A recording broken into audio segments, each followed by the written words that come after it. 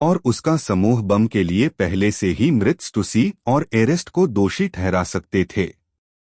आखिरकार वे मर चुके थे और किसी भी चीज की पुष्टि करने का कोई तरीका नहीं था। वे इसे जैसे चाहें वैसे समझा सकते थे। लेकिन समस्या यह थी कि अगर उन्होंने योजना बदल ली और कुछ नहीं किया और चाय पार्टी को जारी रहने दिया, तो ईशान असल में बिगमा पायरेट्स से शादी करके अपना रिश्ता पक्का कर लेगा। वह तो बस जानकारी इकट्ठा करने का नाटक कर रहा था। वह असल में उसका दामाद नहीं बनना चाहता था।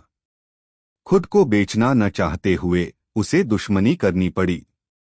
ऐसा करने के कई तरीके थे, लेकिन सभी विकल्पों पर विचार करने के बाद कैपोन बेज का बम अब भी सबसे अच्छा मौका था। चलो इससे बवाल मच जाए। आखिरकार उसने पहले ही एक नेवी एडमिरल को मार गिराया था। कुछ और लोगों को मारना कोई बड़ी बात नहीं होगी, चाहे वह इसके बारे में कुछ भी सोचता हो। ऐसा लगता था कि इस बार वह जहां भी जाएगा, परेशानी पैदा करने के लिए उसे ही दोषी ठहराया जाएगा। तो ईशान ने डैन डैन मुशी को जवाब दिया और दूसरी तरफ मगरमच्छ से कहा, ठीक है, मूल योजना के अनुसार आगे बढ़ो। नीचे आने के लिए तैयार हो जाओ। हालांकि उनके बोलने से पहले ही अचानक एक बड़ा विस्फोट हुआ। धमाका। एक जोरदार धमाके के बीच ईशान सदमे में देखता रह गया, क्योंकि बड़ी मां के पीछे रखा विशाल शादी का केक आग की लपटों के बीच अनगिनत टुकड़ों में बदल गया। उस क्षण तो ईशान का भी जबड़ा खुला रह गया। चूंकि ईशान इस दृश्य के ठीक सामने था, इसलिए उसने इसे बहुत साफ देखा। बम अविश्वसनीय रूप से शक्तिशाली था। विस्फोट से उत्पन्न शॉकवेव ने केक के पास मौजूद सभी लोगों को उड़ा दिया। बिगमा पायरेट्स के रसोइयों को इसका सबसे ज्यादा खतरा झेलना पड़ा। वे भी उड़ गए। मुख्य रसोइया स्ट्रेसेन जमीन पर गिरते ही बेहोश हो गए। केक के सामने चल रहे काटाकुरी और अन्य लोग शॉकवेव से आगे की ओर उड़ गए और मुंह के बल गिर पड़े। इन लोगों के अलावा ईशान को सबसे ज्यादा हैरानी कैपोन बेगे और उसके फायर टैंक पायरेट्स की थी। ईशान ने साफ देखा कि विस्फोट के वक्त वे केक के बिल्कुल पास थे, इसलिए कैपोन बेगे समेत वे भी चीखते चिल्लाते हुए उड़ गए। क्या? आखिर क्या हो रहा है? ईशान बेवकूफ नहीं था। वो जानता था कि बम विस्फोट करने वाला कैपोन बेगे नहीं हो सकता। बिग मां ने अभी तक केक भी नहीं खाया था, लेकिन यह बात कि कैपोन बेगे और उसका दल भी विस्फोट में फंस गया था, उसे असंभव बना रही थी। कौन बम लगाकर अपने ही लोगों को उड़ा सकता है? कोई चाल भी ऐसी नहीं चलती। आखिर गड़बड़ कहाँ हुई? क्या बम में खराबी आ गई और वह अपने आप फट गया, या मूल योजना अब पूरी तरह से बाधित हो गई थी? ईशान तो अचंभित था ही, बिगमा पायरेट्स भी दंग रह गए। बम से प्रभावित लोगों को छोड़कर बाकी सब बर्बाद हुए शादी के केक को घूर रहे थे। आसमान से क्रीम के टुकड़े गिरते रहे, लोगों पर गिरते रहे, लेकिन उन्होंने कोई प्रतिक्रिया नहीं दी। जब तक क्रीम की बारिश बंद नहीं हो गई, तब तक बिग मां और उनके बच्चे इससे बाहर नहीं आ सके। क्या क्या हो रहा है? केक क्यों फट गया? अरे, ये किसने किया? आखिर कौन जिम्मेदार है? कटकुरी के माथे पर नसें उभर आई थीं। वह घुटनों के बल बैठा और जमीन पर मुक्के मारने लगा, जिससे एक गहरा गड्ढा बन गया। उसका चेहरा पछतावे से भरा हुआ था। उसका अवलोकन हाकी ने इसकी कल्पना नहीं की थी। यह एक बड़ी चूक थी, लेकिन वह कुछ नहीं कर सकता था। कटाकुरी की पूर्वज्ञान क्षमता वास्तव में भविष्य नहीं देख पा रही थी। सटीक रूप से कहें तो वह अपने प्रबल अवलोकन हकी का उपयोग लक्ष्य के आभामंडल, भावनात्मक परिवर्तनों और आंतरिक विचारों को सुनने के लिए करता था, और लक्ष्य के अगले कदम क्या होंगे, इसका व्यापक रूप से अनुमान लगाकर वह एक प्रकार की पूर्वदृष्टि प्राप्त कर लेता था। जब उसका अवलोकन हकी किसी विशिष्ट लक्ष्य पर केंद्रित होता था तो उसकी पूर्वज्ञान क्षमता अपने चरम पर होती थी। लेकिन अगर लक्ष्य पर भी अवलोकन हकी उतनी ही प्रबल होती तो यह उसकी दूरदर्शिता में बाधा डाल सकती थी। इसी प्रकार यदि वह किसी विशिष्ट लक्ष्य पर केंद्रित न होकर व्यापक सीमा अवलोकन हकी को बनाए रखे तो वह भविष्य की कुछ घटनाओं का पूर्वानुमान लगा सकता है, लेकिन ऐसी दूरदर्शिता अस्पष्ट होगी। यही वजह थी कि वह हर समय हो रही हर चीज पर नजर नहीं रख पाता था। जब लक्ष्य बहुत ज्यादा होते थे तो समझने के लिए जानकारी बढ़ जाती थी। विशेष रूप से इस बार केक में बम सीजर की अचेतन क्रिया के कारण फट गया, जिससे यह और भी अप्रत्याशित हो गया। इस समय बम विस्फोट करने वाला अपराधी सीजर अभी भी रिमोट कंट्रोल बटन दबाने की मुद्रा में था, लेकिन वह स्तब्ध था, एक मीमयोग्य अभिव्यक्ति में बदल गया और विस्फोटित केक को घबराहट से देख रहा था। उसकी नाक से फिर से बलगम बहने लगा। भले ही वह नासमझ था, उसे एहसास हुआ कि उसके हाथ में जो रिमोट कंट्रोल था वह असल में शादी के केक में दबे बम का डेटोनेटर था। यह एहसास होते ही सीजर के मुंह से झाग निकलने लगा और वह वहीं बेहोश हो गया। यह बहुत ज्यादा बदमाशी है। आखिर ये किसने किया? केक में बम रखना ही काफी है, लेकिन रिमोट कंट्रोल मेरे लिए छोड़ देना भी। क्या तुम्हें लगता है कि मैं इतनी बदकिस्मत नहीं हूं और मुझे मौत के घाट उतारना चाहते हो? सीजर के बगल में चारुलता ब्रूली की आंखें लगभग बाहर निकल आईं जब बम ने केक को उड़ा दिया। जब उसे एहसास हुआ कि क्या हुआ है तो उसने सीजर को ऐसे देखा जैसे वह कोई राक्षस राजा हो। बहुत भयानक। सीजर, ये कमीना, अपनी चालों में इतना डूबा हुआ था, खुद को निर्दोष साबित करने का नाटक कर रहा था, मुझे धोखे से अपनी हथकड़ियां खुलवा रहा था और फिर मेरी नाक के नीचे ही मां की शादी के केक को उड़ा रहा था। इस पल ब्रूली की कल्पनाएं बेकाबू हो गईं। उसे लगा जैसे उसने अचानक ही सारे कारण और प्रभाव समझ लिए हों। अपहरण, पीड़ित होना, सब झूठ। सीजर असल में स्टुसी और एरिस्ट के साथ मिलीभगत में था। उसने नाटक किया कि उनका अपहरण हो गया है, लेकिन असल में उसने खुद ही सब कुछ प्लान किया था, जिसका मकसद पूरे केक द्वीप की शांति को बिगाड़ना था। अब जब स्टुसी और एरिस्ट का पर्दाफाश हो चुका था और उन्हें बाहर निकाल दिया गया था, तो वह खुद ही कार्रवाई करने से खुद को रोक नहीं सका। ब्रूली के चेहरे पर सच तो बस एक ही है वाला भाव था और उसके चेहरे पर एक डर था, मानो उसे अनजाने में असली मास्टरमाइंड का पता चल गया हो। उसके चेहरे के भाव साफ दिखाई दे रहे थे। उसने सीजर की तरफ देखा और चुपचाप पीछे हट गई। हालांकि सीजर को यह भी याद था कि ब्रूली एक गवाह थी, इसलिए उसने धीरे से अपना सिर उसकी ओर देखा। इस समय ब्रूली ने सीजर को और भी ज्यादा डर से देखा। जैसे ही वह ध्यान आकर्षित करने के लिए चीखने ही वाली थी, सीजर ने एक भयंकर भाव के साथ उस पर झपट्टा मारा और उसे जमीन पर पटक दिया। उनकी मूल स्थिति बहुत पीछे थी, इसलिए ज्यादा लोगों ने उन पर ध्यान नहीं दिया। अधिकांश लोगों का ध्यान फटे हुए केक पर था। इस प्रकार ब्रूली को जमीन पर दबाने की सीजर की कार्रवाई किसी का ध्यान नहीं गई। सीजर जानता था कि उसने बहुत बड़ी मुसीबत खड़ी कर दी है, इसलिए ब्रूली, एक चश्मदीद गवाह होने के नाते, बोलने की इजाजत नहीं दे सका।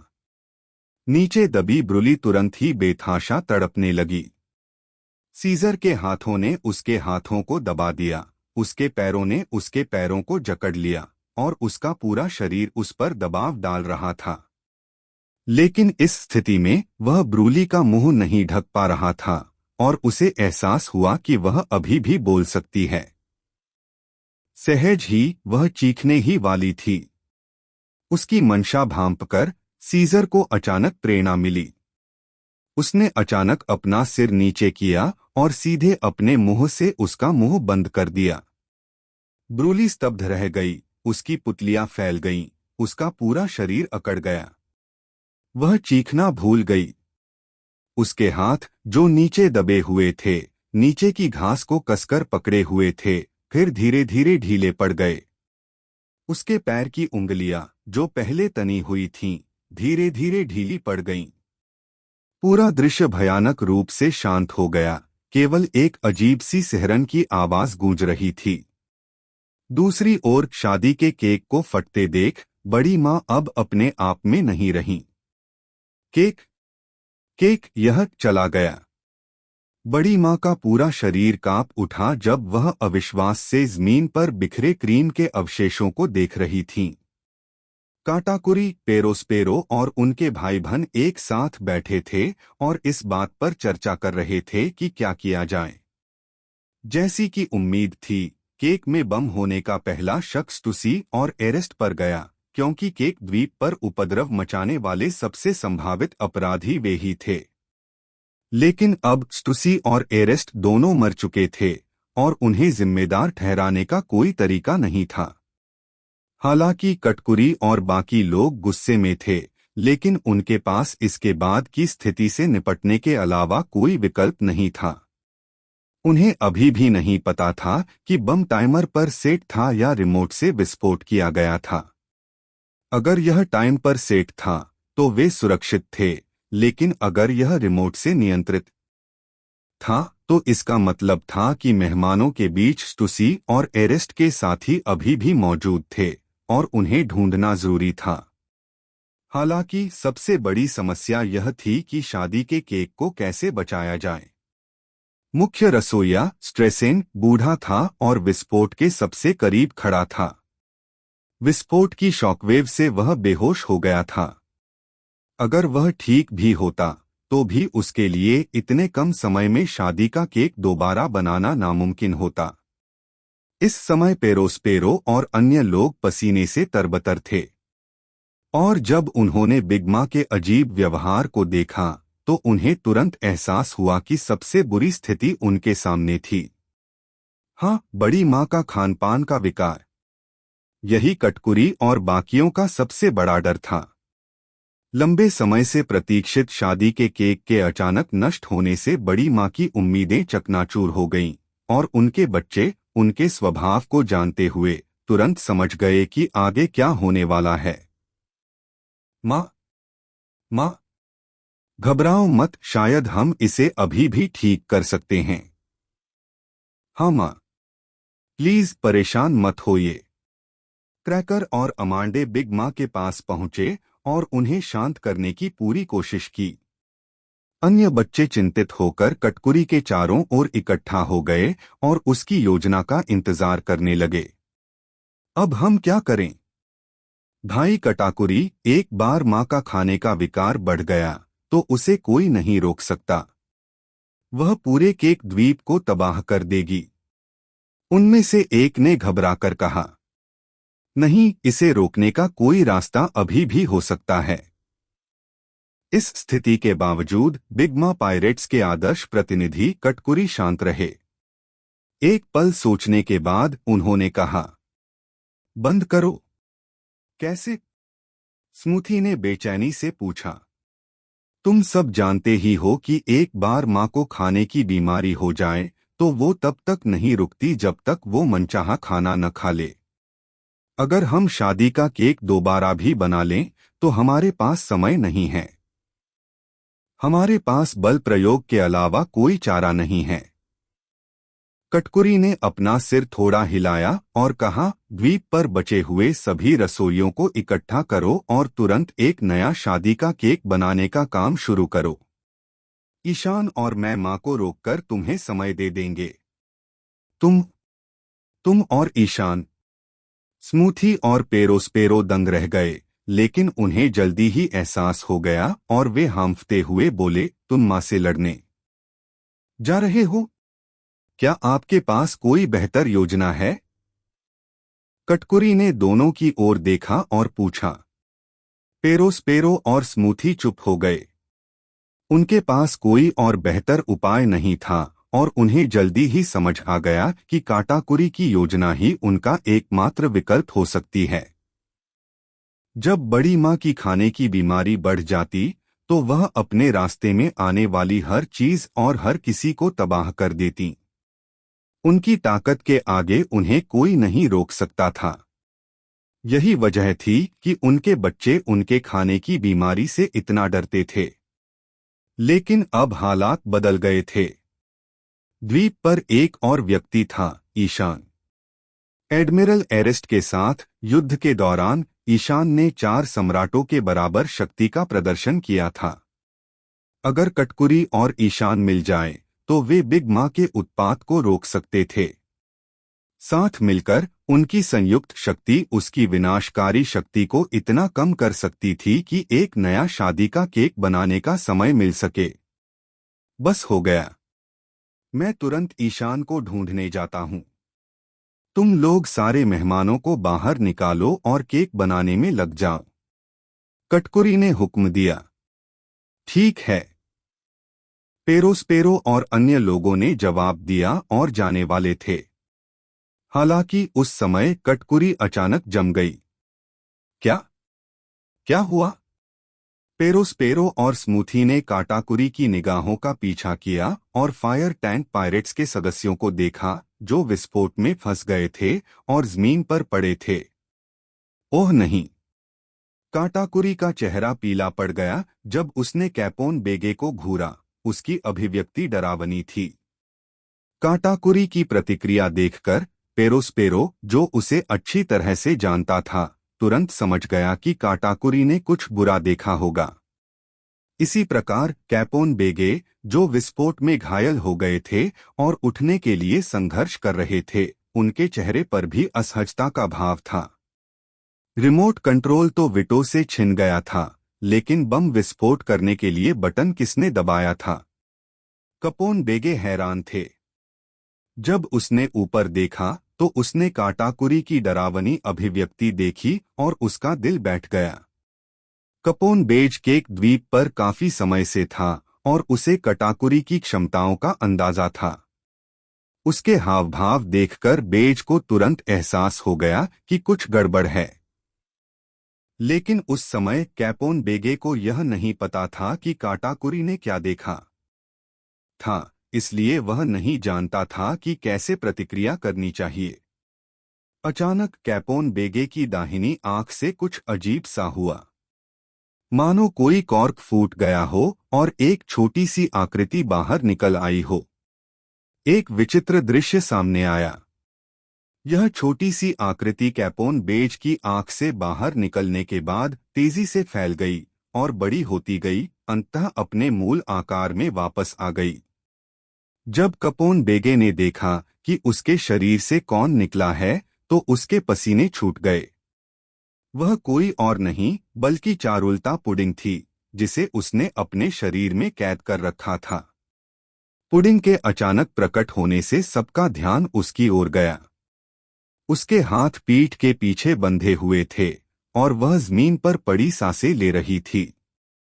उसके माथे की आंख खुली हुई थी। तुम पेरोस्पेरो अविश्वास से हकलाते हुए पुडिंग की ओर देखने लगा। पुडिंग, तुम यहां कैसे? सबके दिमाग सुन्न हो गए थे। चौंकाने वाली घटनाओं की एक श्रृंखला ने उन्हें पूरी तरह से भ्रमित कर दिया था। यह बहुत बुरा है, बहुत बुरा। ये बेवकूफ। सिर्फ कैपोन बेज ही समझ पा रहा था कि क्या हुआ था। पुडिंग को प्रकट होते देख उसे एहसास हुआ कि विस्फोट के दौरान उसके आदमियों ने, जिन्हें उसके शरीर के अंदर उसकी रक्षा करनी थी, अपनी सतर्कता कम कर दी थी, जिससे उसे भागने का मौका मिल गया। कैपोन बेगे के कैसल फ्रूट में एक अनोखी विशेषता थी, उसके शरीर के अंदर के लोग उसकी अनुमति के बिना बाहर जा सकते थे। यदि ऐसा न होता तो वह पुडिंग पर नजर रखने के लिए गार्ड नहीं छोड़ते। लेकिन तमाम सावधानियों के बावजूद अप्रत्याशित घटना घट गई। पुडिंग भाग निकली जबकि उसके हाथ अभी भी बंधे हुए थे। काटाकुरी की पहले की भयावह अभिव्यक्ति। क्या ऐसा इसलिए था क्योंकि उसने इस क्षण को पहले ही देख लिया था? यह समझते हुए कि हालात और बिगड़ने वाले हैं, कैपोन बेगे ने अपने फायर टैंक पायरेट्स क्रू से फुसफुसाते हुए कहा, तैयार हो जाओ, हमारी पोल खुल गई है। पेरोस्पेरो के सवाल के बाद पुडिंग ने अपना सिर उठाया। उसका भयावह व्यक्तित्व पूरी तरह से सामने आ गया। वह अपने आसपास के लोगों पर चिल्लाई, भाई पेरोस, भाई कटाकुरी, हमें धोखा दिया गया है। कपोन बेगे और ईशान मिलकर काम कर रहे हैं। उन्होंने केक में बम रखा है। वे मां के खिलाफ साजिश रच रहे हैं। धमाका। पुडिंग के शब्द मानो किसी बम की तरह लगे। बिगमा पायरेट्स के सदस्य, विंसमोक परिवार और बाकी मेहमान दंग रह गए, उनके होश उड़ गए। यह खबर बेहद चौंकाने वाली थी, उससे भी ज्यादा जब एरेस्ट ने अपनी असली पहचान बताई थी। हर कोई स्तब्ध रह गया, इतनी विस्फोटक जानकारी को समझ ही नहीं पाया। तो आखिरकार तुमने अपना मिशन पूरा नहीं किया। कटकुरी कांप उठा, उसकी आवाज अविश्वास से कांप रही थी। तुमने ईशान की यादें कभी नहीं बदली, है ना? नहीं। पुडिंग ने नाराजगी से अपने होंठ काटे। उसने मेरी असलियत जान ली। जब मैं कुछ करने ही वाली थी, तभी उसने मुझे बेहोश कर दिया और कैपोन बेज के शरीर में कैद कर दिया। कोई आश्चर्य नहीं कि मैं सोच रहा था कि मैंने तुम्हें क्यों नहीं देखा। कटाकुरी ने अपनी मुट्ठियां भींच लीं, उसकी बाहों की नसें उभर आईं। उसके शरीर से जानलेवा इरादे झलक रहे थे जब वह मुड़ा और कैपोन बेगे को घूरने लगा। शाबाश बेगे। कटाकुरी की आवाज में जानलेवा धमकी भरी थी। तुम तो मुझे भी बेवकूफ बनाने में कामयाब हो गए। कटकुरी के पीछे स्मूथी सदमे में थी। पुडिंग के शब्द उसके मन में गूंज रहे थे। उसने सोचा था कि वह ईशान से खुशी खुशी शादी कर लेगी, लेकिन अब उसे एहसास हुआ कि सब कुछ झूठ था। उसकी पूरी दुनिया मानो ढह रही थी। कपोन बेग चुपचाप खड़ा था, उसका चेहरा गंभीर था और उसके माथे से पसीना टपक रहा था। जब उन्होंने कार्रवाई करने का निर्णय लिया था, तो उन्होंने इस टकराव की आशंका जताई थी, हालांकि यह अपेक्षा से पहले ही आ गया था। एक बड़ा कदम आगे बढ़ाते हुए कटाकुरी चुपचाप कपोन बेगे की ओर चल पड़ा। इस खामोशी में सबसे खतरनाक हत्या का इरादा छिपा था। कटाकुरी अब सचमुच गुस्से में था, गद्दार को खत्म करने के लिए तैयार। लेकिन तभी उसके पीछे से एक और भी खतरनाक एहसास उमड़ पड़ा। कटाकुरी ने पलटकर देखा तो एक विशालकाय आकृति उसकी ओर मुक्का मार रही थी। शादी, डिंग, केक। उस डरावनी आवाज के साथ कटकुरी ने बिग मां के अलावा किसी और को नहीं देखा। उसकी आंखें उसकी खोपड़ी में पीछे की ओर घूम गईं। अंततः उसकी खाने की बीमारी इतनी बढ़ गई कि उसे रोका नहीं जा सका। धमाका। जैसे ही बिग मां की मुट्ठी नीचे गिरी, जमीन पर एक और विशाल गड्ढा दिखाई दिया। कटकुरी बस पुडिंग को कसकर पकड़ सकता था और वार से बचने के लिए छलांग लगा सकता था। वह अच्छी तरह जानता था कि उसकी मां पागल हो चुकी है और इस हालत में उसे समझाने का कोई मतलब नहीं था। अब वह सिर्फ खाने से जुड़ी कोई बात सुनती थी। इसी तरह कैपोन बेगे भी कोई बेवकूफ नहीं था। उसे पहले ही कटकुरी की हत्या की नीयत का अंदाजा हो गया था। वह एक ही जगह पर कैसे रुक सकता था? इसलिए कटकुरी पर बिग मां के हमले का फायदा उठाकर वह और उसके फायर टैंक पायरेट्स जल्दी से उठकर भाग गए। वे उस ओर दौड़े जहां ईशान था। कैपोन बेगे को हांफते हुए दौड़ते हुए देखकर ईशान ने उसका कॉलर पकड़ लिया और पूछा, क्या हो रहा है? बम इतनी जल्दी कैसे फट गया? और तुमने पुडिंग को भागने क्यों दिया? मेरे पास कोई चारा नहीं था। कैपोन बेगे ने जवाब दिया, पता नहीं बम का रिमोट किसने उठाया, पर किसी ने बिल्कुल सही समय पर उसे दबा दिया। देखा नहीं? हम भी विस्फोट में फंस गए। छी! ईशान ने बड़ी माँ की तरफ देखा, जो कुछ ही दूरी पर तबाही मचा रही थीं, और कैपोन बेज को छोड़ दिया। वाह! तुम्हारी योजना बिल्कुल काम नहीं आई। बड़ी माँ जरा भी कमजोर नहीं हुई हैं, और अब वो पागल हो गई हैं, और ज्यादा विनाशकारी हो गई हैं। कैपोन बेगे ने पीछे मुड़कर गंभीरता से कहा, भले ही बिग माँ अपनी उन्मत्त अवस्था में ज्यादा डरावनी लगती हैं, पर क्या तुमने इस बारे में सोचा है? उनके अंधाधुंध हमले वाकई हमारे लिए फायदेमंद साबित हो सकते हैं। ईशान ने सहमति में सिर हिलाया। सच है। इस तरह हम पहले कटकुरी और बाकियों से निपट सकते हैं। एक बार जब हम उन्हें बाहर निकाल देंगे तो बड़ी माँ ही अकेली बचेगी। बिल्कुल। कैपोन बेज ने अपनी छाती में बने महल का दरवाजा खोलते हुए सिर हिलाया। जल्द ही अंदर से कई छोटी छोटी आकृतियां बाहर निकल आईं। पहले पुडिंग की तरह ये आकृतियां कैपोन बेज की शैतानी फल क्षमता की सीमा से बाहर निकलते ही तेजी से बड़ी हो गईं और अपने मूल आकार में लौट आईं। ये सभी कैपोन बेज के फायर टैंक पायरेट्स के सदस्य थे। ऐसा लग रहा था कि वे काफी संख्या में थे, और हर एक बंदूकों, यहां तक कि रॉकेट लॉन्चर और मोर्टार से लैस था। जैसे ही वे दिखाई दिए, उन्होंने जल्दी से कैपोन बेगे के चारों ओर अपनी तोपें तैनात कर दीं। मेरे वफादार मातहत हमेशा मेरे साथ रहते हैं। तुम्हारे लोगों का क्या? कैपोन बेगे ने मुड़कर ईशान से पूछा। मुझे मत बताना कि तुम्हारे लोग अभी तक नहीं पहुंचे हैं। यह मुसीबत खड़ी कर देगा, क्योंकि बिग माँ का दल किसी भी पल केक द्वीप से हजारों सैनिकों को बुला सकता है। चिंता मत करो। ईशान ने ऊपर छाए विशाल बादल की ओर देखा। वे पहले से ही यहाँ हैं। फायर टैंक पायरेट्स के सभी सदस्यों ने ऊपर देखा तो उन्हें आसमान से बड़ी संख्या में काले बिंदु नीचे उतरते हुए दिखाई दिए। 3 सबसे तेज गति से चलने वाले काले बिंदु तेजी से बड़े हो गए, और 3 जोरदार धमाकों के साथ 3 विशाल आकृतियां ईशान के पीछे आ गिरीं, जिससे धूल का एक बादल उठा। जैसे ही धूल धीरे धीरे जमने लगी, कैपोन बेगे और उसके आदमी जमीन से उठती 3 विशालकाय आकृतियों को देखकर स्तब्ध रह गए। ये 3 विशालकाय लोग थे जो बिल्कुल बार्थोलोम्यू कुनाल जैसे दिखते थे। उनके ठंडे, भावहीन चेहरों पर खड़े होते ही उनकी आंखों में लाल रोशनी की एक हल्की सी चमक दिखाई दी। शांतिप्रिय। कैपोन बेगे ने उन्हें पहचानते ही धीरे से बुदबुदाया।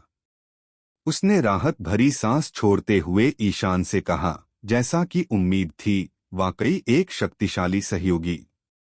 ईशान हल्के से मुस्कुराया और कुछ नहीं बोला। तीनों शांतिवादी भारी कदमों से आगे बढ़ने लगे। ईशान पहुंचकर वे कंधे से कंधा मिलाकर खड़े हो गए। उनके विशाल शरीरों ने एक दमनकारी उपस्थिति दर्ज कराई, जिससे फायर टैंक समुद्री डाकू भी असहज हो गए। तीनों पैसिफिस्टाओं ने वहां मौजूद सभी लोगों को देखा तो एक हल्की सी बीप की आवाज सुनाई दी। फिर प्रमुख पैसिफिस्टा ने धीमी आवाज में ईशान से कहा, PX9, PX8, PX7 अपनी जगह पर हैं। कृपया युद्ध आदेश जारी करें। ईशान ने सिर हिलाया और पूछा, वरुआ के बारे में क्या?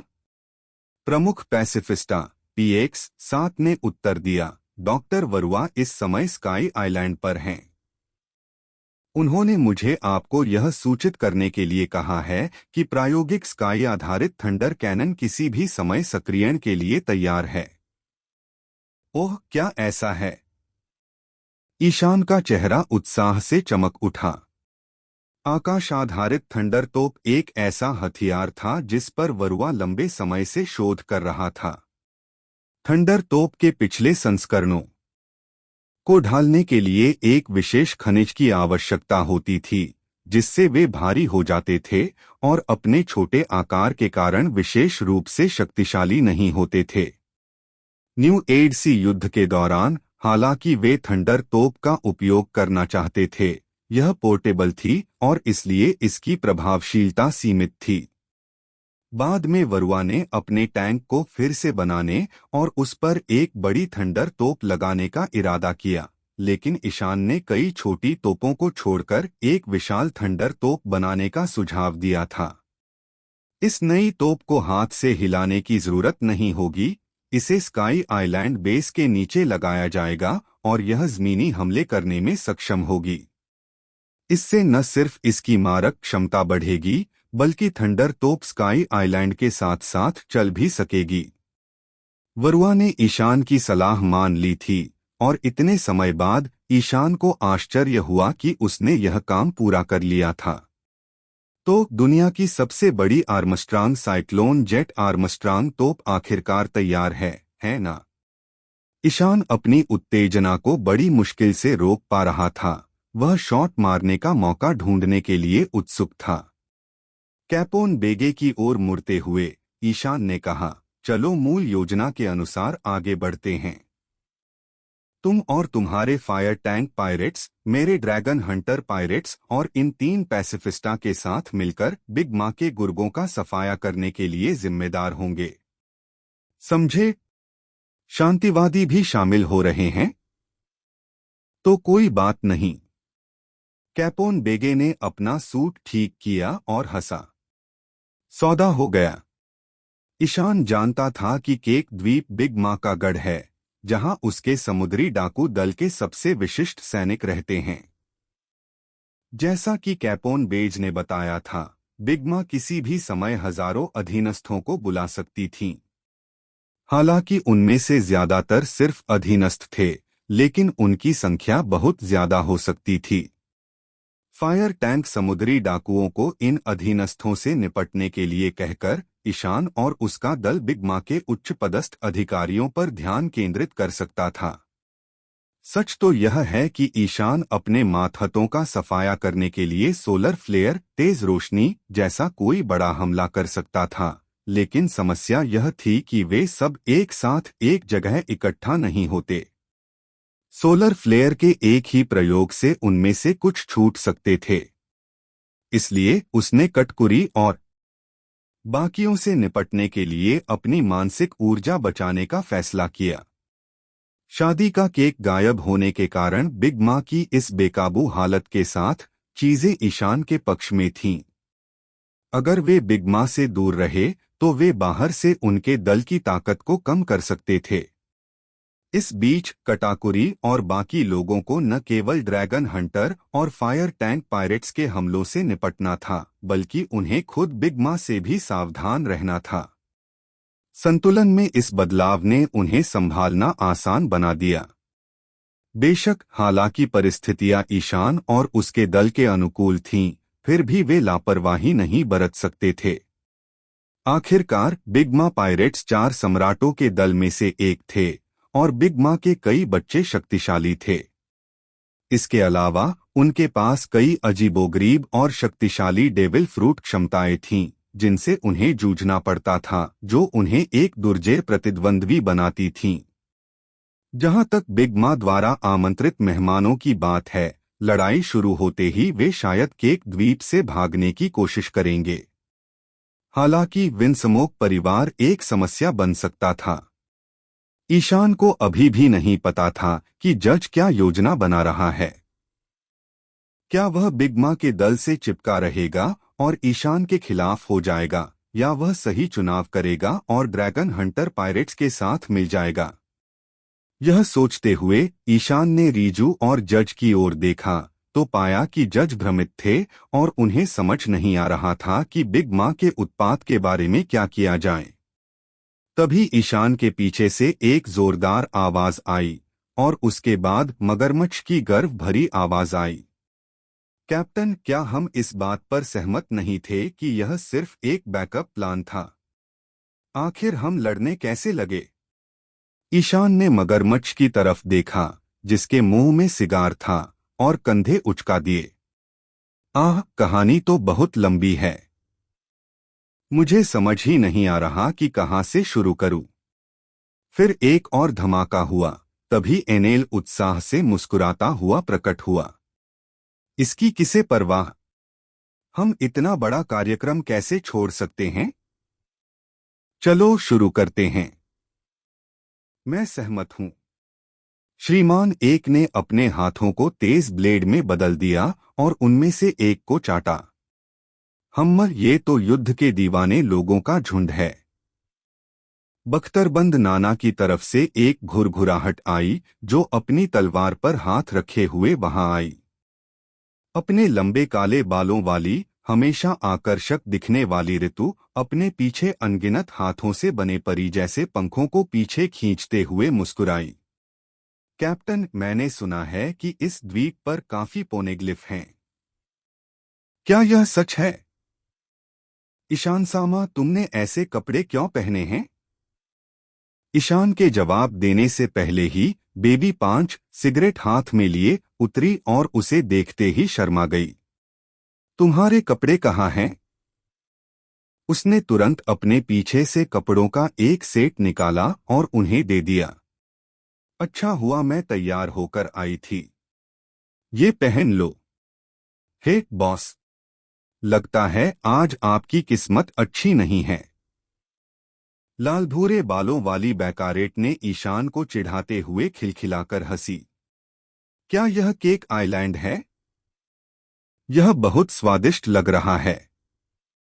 शुगर और वॉलनट बिल्ली के पंजों वाली भालू जैसी पोशाक पहने हुए एक दूसरे का हाथ थामे स्वादिष्ट महकती इमारतों को उत्सुकता से देख रहे थे। उनकी आंखें चमक रही थीं। मैं भी खाना चाहता हूं। डोरोनी की हालत तो और भी खराब थी, उसका पेट पहले से ही जोर जोर से गड़गड़ा रहा था। मुझे भी क्यों आना पड़ेगा? काली आंखों वाले महेश ने धीरे से पूछा, लेकिन किसी की हिम्मत नहीं हुई जवाब देने की। वाह! रेडेन एक जोरदार झटके के साथ जमीन पर गिरा, फिर उसने अपना सिर घुमाकर चारों ओर देखा और घुरघुराते हुए बोला, हालांकि यह एक परेशान करने वाला द्वीप है, लेकिन अगर लड़ाई की बात है तो मुझे इसमें शामिल होने में कोई आपत्ति नहीं है। उसके बगल में जिक ने अपनी नाक रगड़ी, अपनी मुट्ठी भींची और राइडेन से कहा, एक प्रतियोगिता करना चाहते हो? वहां शोरगुल और चहल पहल थी। कैपोन बेगे और फायर टैंक पायरेट्स की हैरानी भरी निगाहों के सामने ईशान के ड्रैगन हंटर पायरेट्स लगभग सभी पहुंच चुके थे। एयरड्रॉप पूरा हो चुका था, वे लड़ने के लिए तैयार थे। ड्रैगन हंटर पायरेट्स का एयरड्रॉप सभी को दिखाई दे रहा था। स्वाभाविक रूप से कटाकुरी उन लोगों में से एक था जिसने यह दृश्य देखा था। ड्रैगन हंटर पायरेट्स को पैसिफिस्टास के साथ केक द्वीप पर आते देखकर उसे और भी यकीन हो गया कि यह सब एक साजिश थी। चाहे वह कैपोन बेज के फायर टैंक समुद्री डाकू हो या ईशान के ड्रैगन हंटर समुद्री डाकू, वे लंबे समय से गुप्त रूप से संबद्ध थे। उस पल कटकुरी को समझ आ गया कि मामा ने बहुत बड़ी गलती कर दी है। उन्हें ईशान को एरेस्ट को मारने नहीं देना चाहिए था। सभी संकेतों से एरेस्ट और स्टुसी का निशाना सिर्फ ईशान था। अगर उन्हें पता होता कि बात यहां तक पहुंच जाएगी, तो उन्हें नेवी एडमिरल एरेस्ट को बचा लेना चाहिए था और उसे बिगमा पायरेट्स के साथ मिलकर ड्रैगन हंटर पायरेट्स को खत्म करने और इस विद्रोह को दबाने के लिए कहना चाहिए था। लेकिन अब कुछ भी कहने में बहुत देर हो चुकी है। इस दुनिया में पछतावे का कोई इलाज नहीं है। सामने एक शक्तिशाली चुनौती देने वाले ईशान और पीछे किसी रिश्तेदार को न पहचानने वाली उग्र बिगमा के साथ कटकुरी को एहसास हुआ कि यह बिगमा पायरेट्स के सामने अब तक का सबसे बड़ा संकट हो सकता है। और विडंबना यह है कि इस संकट का सृजनकर्ता वह व्यक्ति था जिसे बिगमा ने अपनी चाय पार्टी में आमंत्रित किया था। इस समय काटाकुरी की भावनाओं का वर्णन करना कठिन है, लेकिन वह यह भी समझता था कि यदि वे ईशान और उसके ड्रैगन हंटर पायरेट्स के आक्रमण को नहीं रोक सके, तो बिगमा पायरेट्स वास्तव में समाप्त हो जाएंगे। भाई पेरोस, मां को बहकाने का कोई तरीका सोचो। कटाकुरी ने झटपट फैसला किया और पेरोस्पेरो से कहा, माँ की मौजूदा हालत एक बहुत बड़ी बाधा है। चाहे तुम कोई भी बहाना बनाओ, बस उसे यहाँ से भगा दो। समझ गया। पेरोस्पेरो के चेहरे पर भी गंभीरता थी और उसने कहा, तो क्या रसोइयों को शादी का केक बनाने में भागदौड़ जारी रखनी चाहिए? जाहिर है उन्हें काम करते रहना होगा। कटाकुरी ने कहा, अभी हमारे पास सबसे ज्यादा समय की कमी है, लेकिन जब तक माँ ठीक हो सकती हैं, हमारे पास अभी भी एक मौका है, इसलिए वे रुक नहीं सकते। इसके बाद कटाकुरी ने पेरोस्पेरो से कहा, लेकिन भाई पेरोस, तुम बहुत खतरे में पड़ जाओगे। अगर माँ को पता चल गया कि तुम उनसे झूठ बोल रहे हो तो तुम मर भी सकते हो।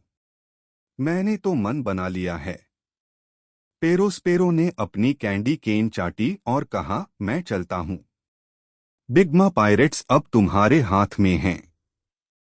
कटकुरी ने कुछ नहीं कहा, बस गंभीरता से सिर हिलाया। यह देखकर पेरोस्पेरो ने कुछ और नहीं कहा और उग्र बड़ी माँ की ओर दौड़ा। उसके पास पहुंचकर वह जोर से चिल्लाया, माँ, शांत हो जाओ। शादी का केक ठीक है, मैं तुम्हें शादी का केक लेने ले चलता हूँ। जल्द ही पेरोस्पेरो बिग माँ को दूसरी दिशा में ले गया। जब बिग माँ बहुत गुस्से में होती हैं, तो केवल मिठाइयाँ ही उनका ध्यान आकर्षित कर सकती हैं। लेकिन जैसा कि कटाकुरी ने कहा, बिग माँ को धोखा देना सबसे ज्यादा नापसंद है। अगर पेरोस्पेरो उनके लिए शादी का केक नहीं ढूंढ पाता, तो हो सकता है कि वह गुस्से में बिग माँ सीधे पेरोस्पेरो की आत्मा ले लें। जब ड्रैगन हंटर समुद्री डाकू इकट्ठा होना खत्म कर चुके थे, पेरोस्पेरो और बिग माँ अभी अभी जा चुके थे। बिग माँ के बाकी बच्चे कटकुरी के आसपास इकट्ठा हो गए।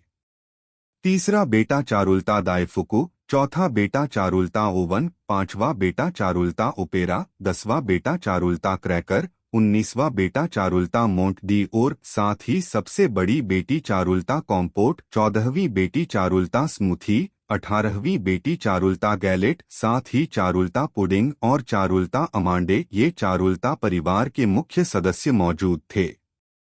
हालांकि बिग माँ पायरेट्स के कई लड़ाके आ रहे थे, जिनमें बैरन तमागो, बॉबिन और पेकोम्स भी शामिल थे, जिन्हें ईशान ने पहले देखा था।